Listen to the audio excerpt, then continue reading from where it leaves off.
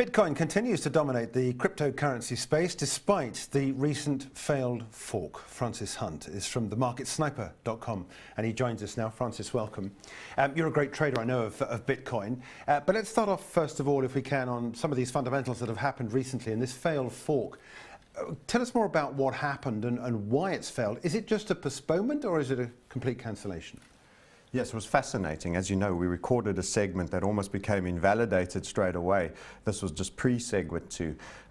Just to replay the events of the time, essentially there was a disagreement, or there's a war for the soul of Bitcoin, as we mentioned. Is it something that is rarely traded and the store of value, and for which transaction costs are not such a big issue, or is it looking to be the primary medium for all transactions, and that requires a much lower cost. So if you have a percentage-based cost and the coin appreciates immensely, obviously the transaction cost goes with that. So you have factions that want to take the coin in different directions.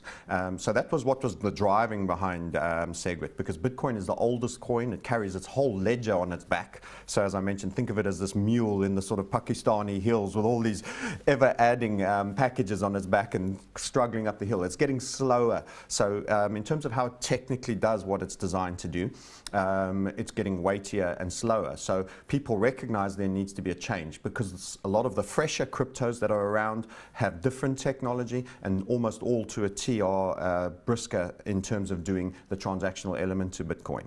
So that's what drove the reasons behind the SegWit. So there was an interest in doubling the block size from 1 megabyte to 2 megabyte.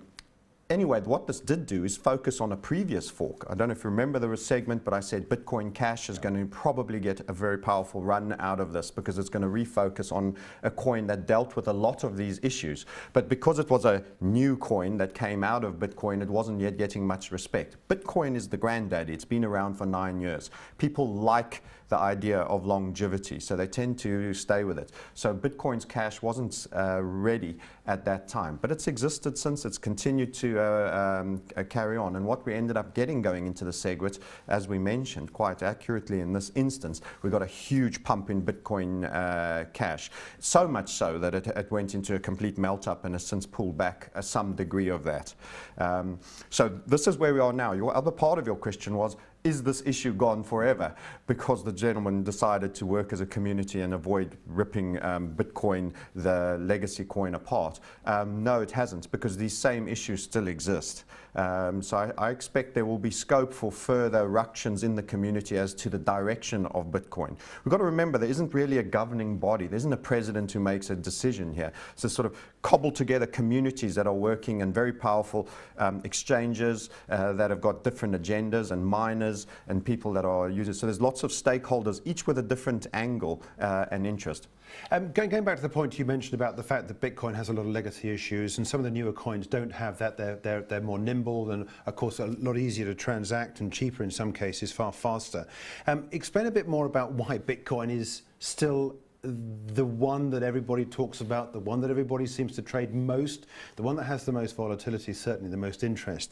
And bearing in mind that if the cryptocurrency space is going to be something of the future, why are the fundamentals of those other currencies not appreciated more? Why don't we get more involved with those other currencies?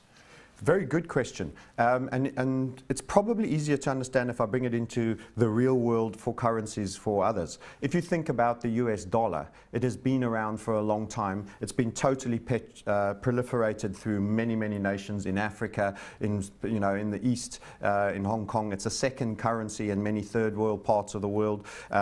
It's a petrodollar, so if you're buying commodities, even if it's Russia selling oil to China, the dollar is required. Both have to have it. So, but if you look at indebtedness, the Singapore dollar is probably a far better currency, yet it's a smaller currency and less proliferated. The New Zealand dollar, in terms of the debt, I mean, US debt's gone through 20 trillion.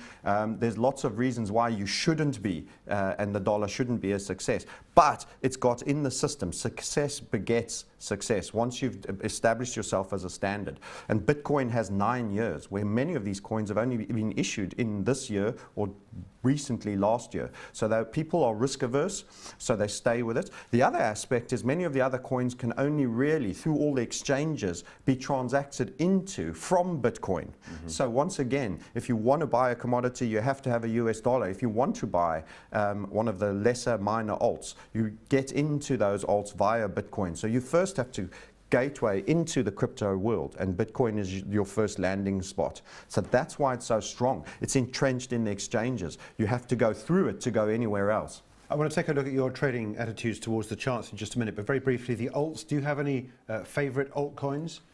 Well, there's things such as fundamentals, and then there's technicals. I like to see, many have great stories behind them, but it's the ability to execute that actually determines whether they go up in value. So as a trader, I'm interested in things that are about to go up in value, which is kind of stating the obvious. So technically, that determines the trade. I'm technical in terms of determining the trade. I am interested in the narratives and what certain coins will do relative to others. But if it isn't ready to go, it isn't ready to trade in my eyes. So I will look at the charts for that. At the moment, Ethereum, out of the majors, so I'm not going to get into many of the miners, they're not available on the IG platform, etc., but Ethereum is the one that is setting up rather nicely for our specific setup, which we call the HVF method, but very close to a symmetrical triangle in traditional technical analysis. So that's the Ethereum, and I believe it is poking through right now as we speak. There's always scope for a revisit when something breaks out the top. So be careful always about panic buying or panic selling, but that does look like it's in a move, and we have 600 targets on that. Right, I was going to say, actually, interesting way about trying to measure this, I know, is if you take the bottom to the top of a symmetrical triangle and you replicate that, and you take it up there, and lo and behold, well, we're actually at 500, but on the way to 600. So that's your preferred target for Ether? Yes. Also remember, various exchanges where this has changed have quite big, surprisingly large, because it doesn't have the efficiency of modern markets like the FX, differentials in terms of arbitrage. So you'll actually find Ether trading 2 or 3% more on some exchanges, right, yeah, and the chart and the footprint will vary, often depending on what nations are particularly in certain exchanges as well, because certain nations can't get access to certain exchanges and others get others. Yeah. So there's potentially in the future lots of arbitrage opportunity, but getting all the APIs and getting them to mingle so that you can trade those off will be a challenge in of itself. Let's take a look at the main Bitcoin, the legacy Bitcoin, if we can, and the chart on that. I've actually drawn some interesting retracements that we've seen here. Back in, what was it, June this year, we saw a 40% retracement from 2,900. We saw this, I think it was about a near 30% retracement starting back in September. And this most recent retracement here, there's just been a 30% retracement. But in fact, interesting enough, they're more steep as they go up. Far more volatility seems to be in this legacy currency. I would suggest you logarithmic the scaling. This is the logarithmic scale. Explain just how this changes things. Yes, it does. Because when you just have a standard geometric scale, what it does is every dollar unit is measured the same. But when you go from $1 to $2, that's a 100% move. When you go from $7,000 to $7,001, that's not a significant move, but it gets the same amount of geometric space. So when we go to a logarithmic scale, it essentially is the percentage move that is being treated. So a 5% move up, whether you're going from $1 to 105 or from 7,000 to 7,350, then has a proportionality. So people tend to not get deceived by the recent history and the geometry. So I will always, particularly when dealing with a chart that's gone highly hyperbolic, yeah, when you have very powerful moves. So in other words, you've had as low as $700 this year, and you've had above 7,000. There's a website called, 184 times that Bitcoin's died. I think we're on 184. So you get the people calling the death of Bitcoin. And in that sense, Bitcoin has been buy the damn dip in every instance so far. That's not to say you can afford to become too apathetical towards some of the challenges it faces, because some of those other coins are now having longer durations existing. People start to feel more comfortable. The exchanges are opening up. You can go direct into Ethereum. You can go direct into cash from fiat now. So eventually, if they don't make their structural changes or decide what kind of coin they want to be, a store of wealth or a high volume transaction coin, they can be caught with their pants down. But ever since their existence, generally they've been a buy the dip coin. Rumors of their death have, as Mark Twain once said, have largely been greatly exaggerated. So far so good on that. Your target for Bitcoin?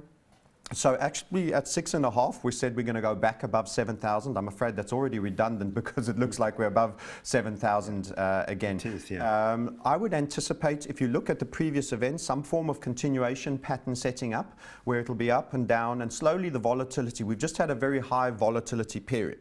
So the other interesting measure with charting is that you go from high volatility back down to low volatility and then an extreme low volatility period, which is often deemed boring to traders, should be the most interesting point, because trading is about being early to the opportunity, and that's where you get your risk reward. You can have a very tight stop and you can get an expansive move. So what we need to see is Bitcoin start topping out somewhere in the low 7,000s, maybe a little bit of a drift down and slowly begin calming again, so it sets up for itself maybe another symmetrical triangle or other upside continuation pattern. That would be my default assumption. That doesn't mean it has to be. It could make a head and shoulders, etc. But I would anticipate, on balance of probabilities, we're going to go into another continuation pattern, which will beget another low volatility period and another expansive move up.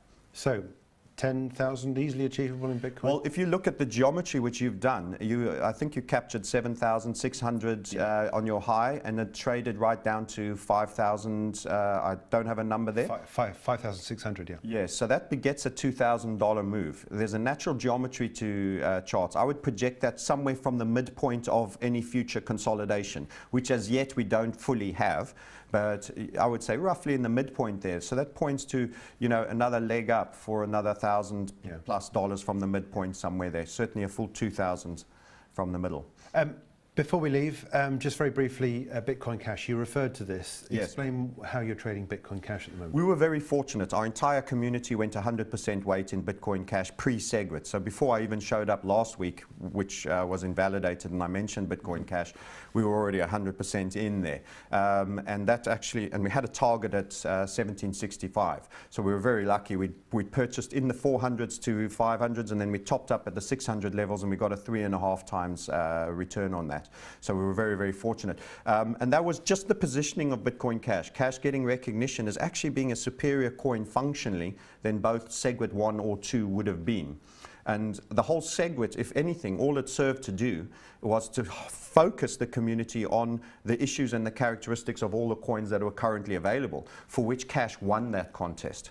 And now, because it had been in existence for a while, it hadn't just come fresh out the fork when everyone just dumped it to get Bitcoin, because everyone was only Bitcoin focused. Now it was ready to stand in the spotlight of its own accord, on its own merits. So it was quite an amazing trade. That said, it went into complete melt up and blow off. So there was the panic buyers came in and actually ran it up to 2,500 on some, and whenever you get that, you get exhaustion.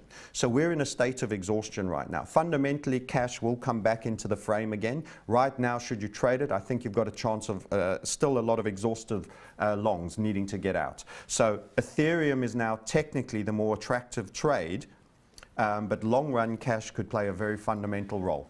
Do you see ultimately Cash beating legacy Bitcoin and legacy Bitcoin ultimately falling off the perch? To dethrone Bitcoin will take a sustained period of recognition, and they would have to be called, there's actually a phrase for that, they call it the flippening. It's kind of like the happening, all these crazy dramatic movie titles, the flippening. The flippening will be the point where people flip in terms of view that is the basis. At the moment, if you have a benchmark for how you're trading in crypto, it is BTC, aka Bitcoin. And it still has a market cap of around the 100 billion. I can't tell you exactly what it is right now. And Cash post its sell-off is at about 20 billion. So there's a long way to go before that happens. What I would become cautious if Bitcoin Cash is consistently holding a price level that's about a third, going on 40% of Bitcoin. You might suddenly, as they get closer, there might be an acceleration to the flip, and then there's a lot of rotation that can then take out. But that's going to require a lot more time, a lot more confidence in Cash, a sustained period of mining support, and a lot of other issues. So it's not going to be an event. event, but it is a possible event. Yeah. Okay. Look, we'll leave it there. But thanks indeed for joining us, Francis Hunt, the marketsniper.com, with his views of Bitcoin, Bitcoin Cash, and Ether.